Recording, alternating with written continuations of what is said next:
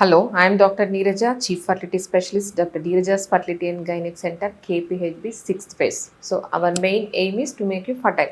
So ఈరోజు topic anaemia అంటే ఏంటి. సో అనీమియా అని మనము తెలుగులో ఏమంటాం, రక్తహీనత. సో జనరల్గా మనము సింపుల్ టర్మ్స్లో ఎలా డిటెక్ట్ చేయొచ్చు, ఏం వాడాలి చూద్దాం. సో జనరల్గా ఫీమేల్స్లో మనము హీమోగ్లోబిన్ కంప్లీట్ బ్లడ్ పిక్చర్ కానీ హీమోగ్లోబిన్ కానీ మెజర్ చేస్తే ఎంత ఉండాలి. So normal 12 gram percent 15 gram percent normal. కానీ ఫీమేల్స్లో ఎప్పుడు నార్మల్ ఉండదు. ఎందుకు అంటే ఫీమేల్స్ జనరల్గా హెల్త్ నెగ్లెక్ట్ చేస్తారు. ప్రెగ్నెన్సీలో కానివ్వండి, లాక్టేషన్లో కానివ్వండి, సప్లిమెంట్స్ వాడరు. సో మెన్స్ట్రువల్ ఇర్రెగ్యులారిటీస్ ఉన్నా, ఎక్సెస్ బ్లీడింగ్ ఉన్నా చూపించుకోరు. సో మోస్ట్ నెగ్లెక్ట్ చేస్తారు కాబట్టి వీళ్ళకు ఎప్పుడు నార్మల్ హిమోగ్లోబిన్ ఉండదు, కొంచెం లోయర్ సైడే ఉంటుంది. లెస్ దాన్ 7 గ్రామ్ పర్సెంట్ ఉంటే సివియర్ అనీమియా అంటాం. 10 to 12 ఉంటే మైల్డ్ అంటాం. 7 to 10 ఉంటే మోడరేట్ అనీమియా అంటాం. సో జనరల్గా ఈ ఫీచర్స్ ఉంటే వీళ్ళు అనీమిక్ అని చెప్తాం.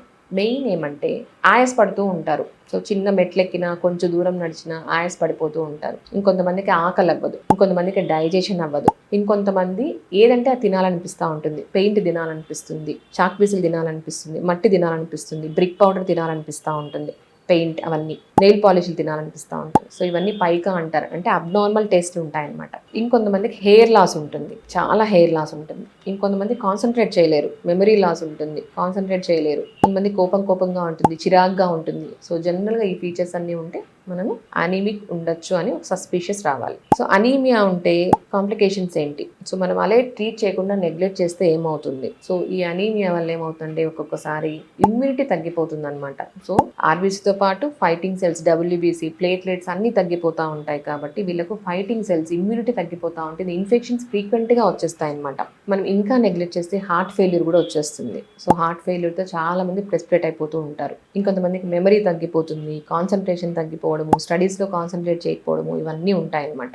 డైట్ ఎలా అడ్వైస్ చేస్తాం. మెయిన్ వీళ్ళకు ఆకుకూరలు, పాలకూరలో రిచ్ ఐరన్ ఉంటుంది అనమాట. తర్వాత jaggery, dates, anjeer, egg, bone marrow soup అంటాం కదా, పాయ అంటాం, అది, లివరు, బ్రెయిన్, వీటిలో అంతా రిచ్ ఐరన్ ఉంటుంది అనమాట. సో డైట్ ఇవన్నీ మనం తీసుకోవాలి. దాంతోపాటు మనకు మైల్డ్ అనీమియానా, మోడరేట్ అనీమియానా, సివియర్ అనీమియా, దాన్ని బట్టి పేషెంట్కి మనము కొంతమందికి ఐరన్ సప్లిమెంట్స్, టాబ్లెట్స్ అడ్వైస్ చేస్తాం, కొంతమందికి ఐరన్ ఇంజెక్షన్ అడ్వైస్ చేస్తాం, ఇంకొంతమందికి బ్లడ్ ట్రాన్స్ఫ్యూషన్ అడ్వైస్ చేస్తాం. సో పేషెంట్ సిమ్టమ్స్ని బట్టి, బ్లడ్ టెస్ట్ని బట్టి ఇవన్నీ అడ్వైస్ చేస్తాం. సో దాంతోపాటు folic acid supplements, B12 supplements, ఇవన్నీ అడ్వైస్ చేయడం జరుగుతుంది.